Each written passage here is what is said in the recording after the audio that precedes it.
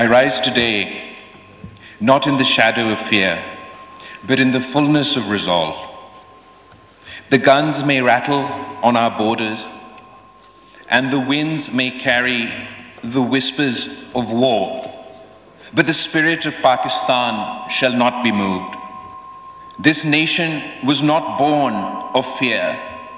It was born of struggle, and it lives by struggle.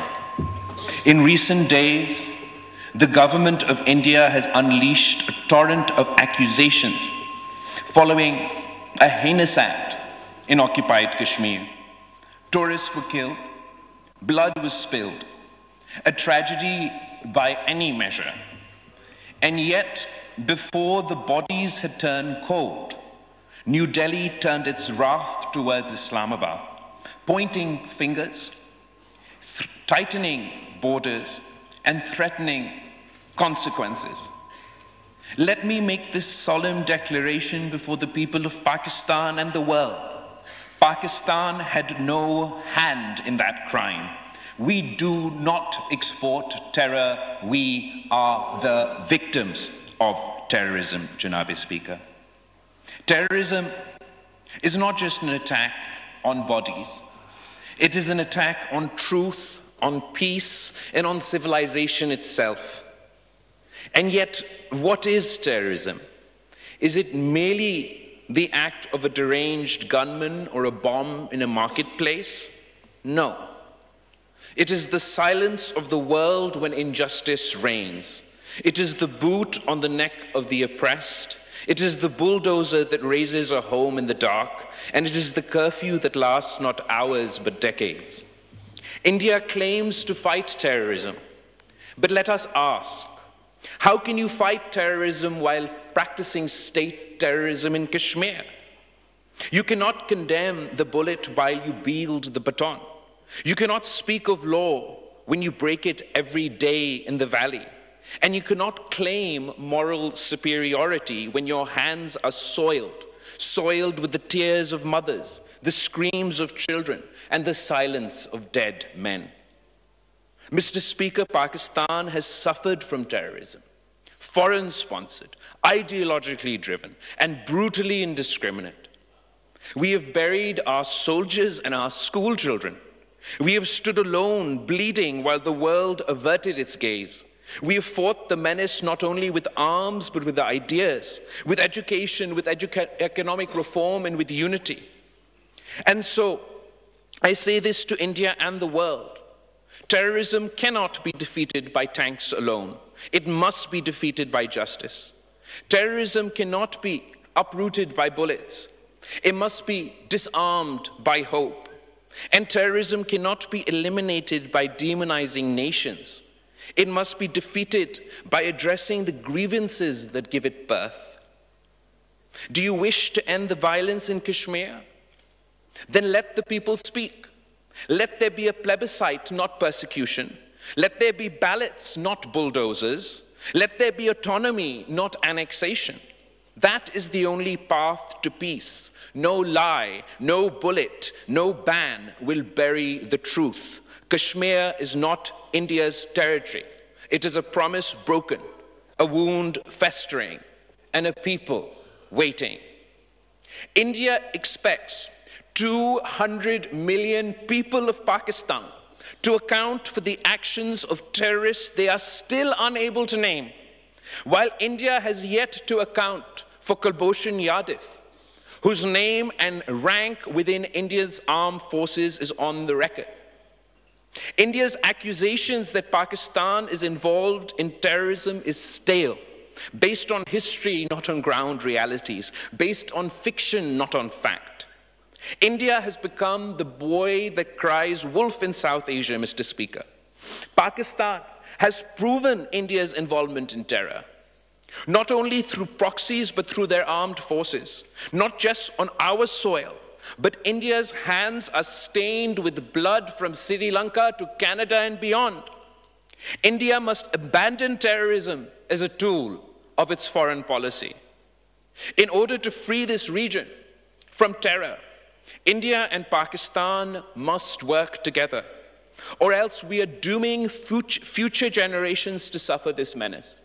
The Prime Minister's challenge to India for an impartial investigation is a start. Why would a true victim of terrorism shy away from accountability? Unless they are worried that the world... Mr. Speaker, India's suspension of the Indus Water Treaty is not a punishment for Pakistan, it's a crime against humanity. It is the politicization of water, the criminalization of nature.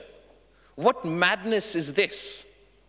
That you would threaten the food and livelihood of millions for a grievance that lies within your own borders. And let us not forget what flows through these waters. The Indus is not just a river. It is a cradle of our civilization. Long before Delhi rose, before empires were carved and borders drawn, there stood Mohenjo-daro and Harappa.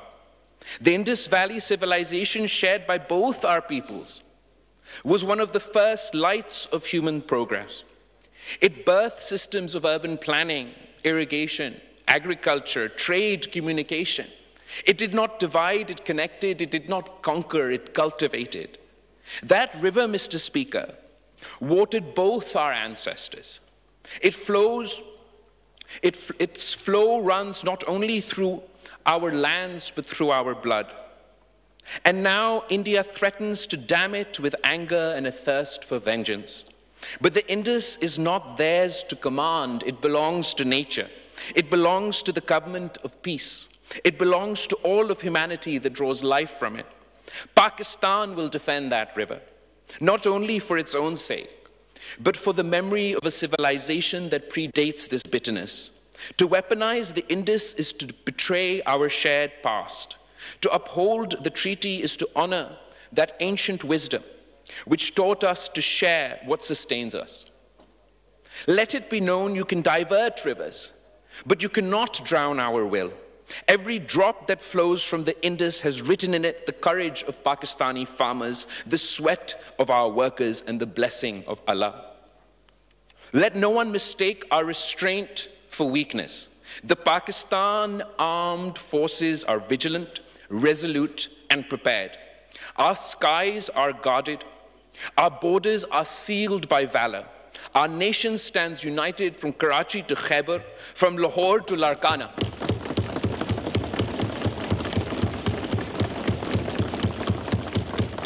The sword we yield is only drawn when peace is threatened, but when drawn, it does not miss.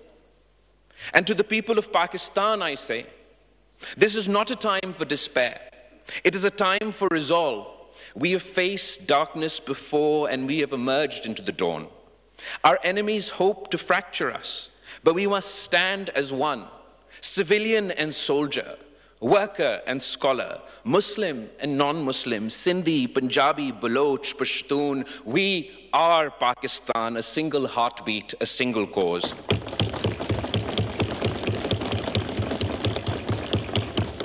Mr. Speaker, history watches us now. Let us not falter.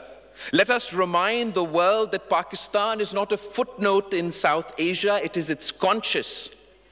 We are not the accused, we are the aggrieved. And yet, we do not seek revenge. We seek recognition. Recognition of Kashmir's right to self-determination. Recognition of our sovereignty. And recognition that peace must be earned through dignity, not dictated through fear. If India wishes to walk the path of peace, let them come with open hands, not clenched fists. Let them bring facts, not fabrication. Let us sit as neighbors and speak the truth. And if they do not, if they continue to howl in anger and march in madness, then let them remember the people of Pakistan are not made to kneel. The people of Pakistan have the resolve to fight not because we love conflict, but because we love freedom. It is better we die fighting than live under the yoke of oppression. However, this is not the destiny we seek for the heirs of the Indus Valley civilization. no matter which side of this man-made border we reside. For all the excavation, Mr. Speaker, at Mohenjo-daro, not one weapon has been found. How is it that we have departed so far from our roots that the very same Indus Valley is now the most armed region on earth? The truth is, war is not natural to us. It has been imposed on us generation after generation, not in the interest of our people, but in the interest of colonizing powers. It is up to both countries to free ourselves from the confines of conflict and pursue the path to peace and prosperity. So let India decide. Will it be dialogue or destruction? Cooperation or confrontation? History shall record not only their choice, but ours.